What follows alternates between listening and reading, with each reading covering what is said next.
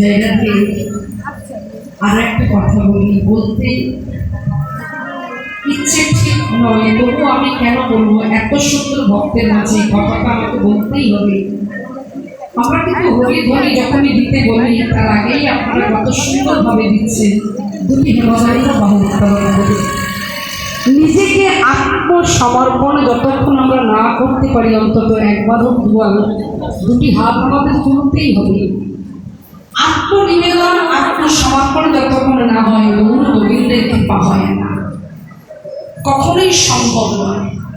আরো ভালো লাগবে, আরো শুনতে ভালো লাগবে। হরিধ্বনিটা আমরা সবাই দিচ্ছি মনে মনে না, একবার জোরে উচ্চস্বরে সবাই যখন দেন, একবার সবাই মিলে জোরে দেবে। যতবারই দেন না কি জোরে দিয়ে দেখবেন কি আনন্দ, কি প্রেম। নামের মধ্যে যে এত প্রেম, এত আনন্দ, নাম উচ্চস্বরে দিলে বোঝা যায় না। গৌরহরি কখনো মনে মনে কি হরি নাম করে গেছেন? জাননি।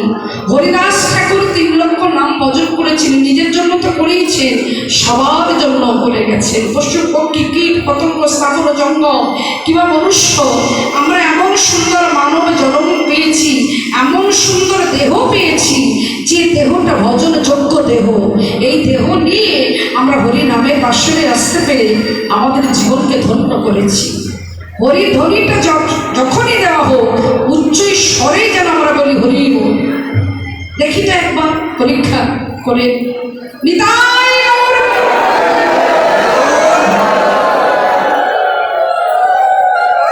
এবার বলুন, একটু আগে যেটা দিয়েছিলেন সেটা ভালো, নাকি এই যে সবাই একসঙ্গে দিলাম এটা ভালো লাগলো? ভালো লাগলো। ওই জন্য দিতে হয় উচ্চস্বরে হরিধ্বনি। আজকের দেবীবধূ বিষ্ণুপ্রিয়া দেখলেন, এই কথাটা জানাতে হবে সচী মাতাকে। মায়ের কাছে যাচ্ছে দেবীবধূ বিষ্ণুপ্রিয়া, দেখছেন ঘর দরজা বন্ধ, কিন্তু শুধুই বন্ধ। ধীরে ধীরে দরজাটাকে খুলে দিয়েছি।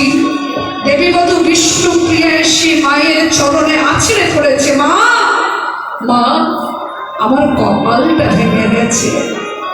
বলতে পারেননি বিষ্ণুপ্রিয়া যে তোমার ছেলেটা চলে গেছে, শুধু একটাই কথা বললো, আমার কপাল ভেঙেছে। সচী মাতা তাড়াতাড়ি করে উঠে বসে বললেন, এই দেখ মা, এত রাত্রিতে তুই কোথায় গিয়েছিলিস নাকি, করে একটু রাখলো কপালে, দেখি তো মা। যেই সচী মাতা বিষ্ণুপ্রিয়ার কপালে হাতটা দিয়েছে, বিষ্ণুপ্রিয়া হাতটা চেপে ধরে বলছে, মা, তুমি আমার এ কপাল দেখছো?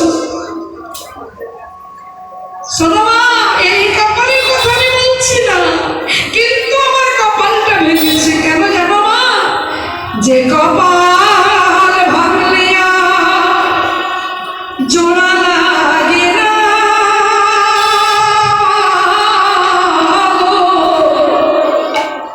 কপাল ভেঙেছে।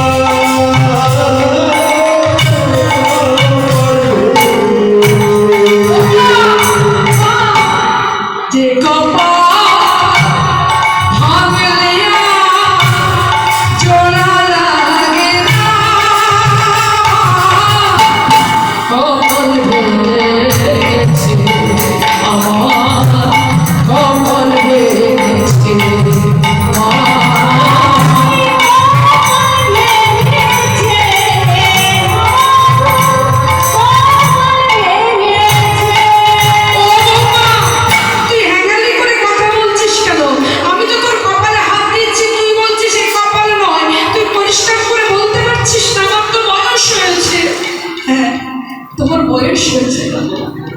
প্রত্যেকটা মা চায় শেষের দিনে ছেলের সেবা।